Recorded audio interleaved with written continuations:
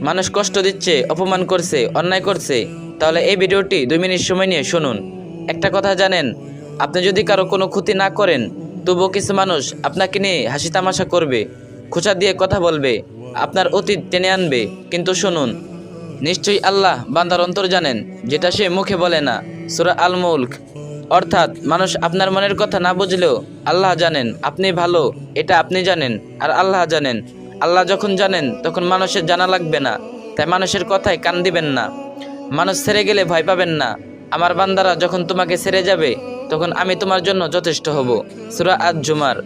মানুষ আসবে যাবে, এটাই নিয়ম। কিছু মানুষ শুধু শিক্ষার জন্য আপনার জীবনে আসে। প্রেম ব্যর্থ হয়েছেন, অপমানিত হয়েছেন, এটা শাস্তি না, এটা শিক্ষা। আল্লাহ আপনাকে ভালোবাসা বুঝিয়ে দিয়েছেন, আবার বিচ্ছেদ বুঝিয়ে দিয়েছেন, যাতে আপনি আগের চেয়ে শক্তিশালী, পরিণত ও ধৈর্যশীল হন। মুসা আলাইহিস সালাম আল্লাহর ওপর ভরসা করে লাঠি দিয়ে নদীর ওপর আঘাত করেছিলেন, আর সমুদ্র দ্বিখণ্ডিত হয়ে পথ হয়ে গিয়েছিল। ভরসা করলে আল্লাহ অলৌকিক পথও খুলে দেন। ধৈর্য ধরুন, আল্লাহর জবাব আসবেই। যারা ধৈর্য ধরে আল্লাহ তাদের বিনা হিসেবেই পুরস্কার দেবেন। সূরা আজ-জুমার। মানুষ অপমান করলে, মিথ্যা বললে চুপ থাকুন। অপমানের জবাব অপমান নয়, সুন্দরভাবে ব্যবহারই সবচেয়ে বড় জবাব। আপনি যদি ক্ষমা করেন, ভদ্রতা দেখান, একদিন সেই লোক নিজেই আফসোস করবে। আল্লাহ ছাড় দেন, ছেড়ে দেন না, অভিশাপ দিবেন না, এটা নবীর শিক্ষা নয়। বরং আল্লাহকে বলুন, হে আল্লাহ, যারা আমাকে অপমান করেছে তাদের চোখে আমার মর্যাদা বৃদ্ধি করো এবং তাদের উচিত শিক্ষা দাও, কিন্তু অভিশাপ নয়, ন্যায় বিচার দিও। আল্লাহ সব দেখেন, সব শুনেন, তাই তার ওপর ভরসা রাখুন। এগুলো আপনার পরীক্ষা, প্রমাণ আপনি প্রিয় বান্দা। রাসূল সাল্লাল্লাহু আলাইহি সাল্লাম বলেছেন, যাকে আল্লাহ তাআলা ভালোবাসেন তাকে তিনি পরীক্ষা করেন। তিরমিজি হাদিস 2396।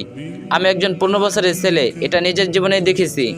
2021-24 সাল পর্যন্ত আল্লাহ আমাকে বদলে দিয়েছেন। অপমান, দুঃখ, কষ্ট সব ছিল, কিন্তু ধৈর্য ধরে ইবাদত করেছি এবং আজ আমি শান্তি পেয়েছি, পরিণত হয়েছি, আল্লাহর কাছে আরও ঘনিষ্ঠ হয়েছি। আমি যদি ছোট বয়সে ধৈর্য ধরে জিততে পারি, আপনিও পারবেন। কষ্টের পরেই আছে শান্তি, নিশ্চয়ই কষ্টের সাথে রয়েছে শান্তি। সূরা আশ-শারা। আমি তোমার বুকে কি আছে তা ভালোভাবে জানি। সূরা আল হিজর। আপনার মন আল্লাহ জানেন, তাই মানুষের দৃষ্টিতে ভালো না হলেও সমস্যা নেই, আল্লাহর কাছে আপনি ভালো হলেই যথেষ্ট। এটা শাস্তি নয়, এটা পরীক্ষা। নিশ্চয়ই আমি তোমাদের পরীক্ষা করব, ভয়, ক্ষুধা, ধন সম্পদ, জীবন ও ফলের ক্ষতি দিয়ে, আর ধৈর্যশীলদের সুসংবাদ দাও। সূরা আল বাকারা। অর্থাৎ আপনার জীবনের কষ্ট এটা শাস্তি নয়, আল্লাহর পরীক্ষা, আপনার মর্যাদা বাড়ানোর সুযোগ। ধৈর্য ধরলে এ কষ্ট জান্নাতের দরজা খুলে দেবে। শেষ কথা, ধৈর্য ধরুন, দোয়া করুন, ইবাদত চালিয়ে যান। ভালো সময় আসবেই, খুব দ্রুত। যেদিন আল্লাহ দেবেন সেদিন আপনার থেকে খুশি কেউ থাকবে না। আর ভিডিওটা ভালো লাগলে একটা শেয়ার করে দিন, আর যে যত পারেন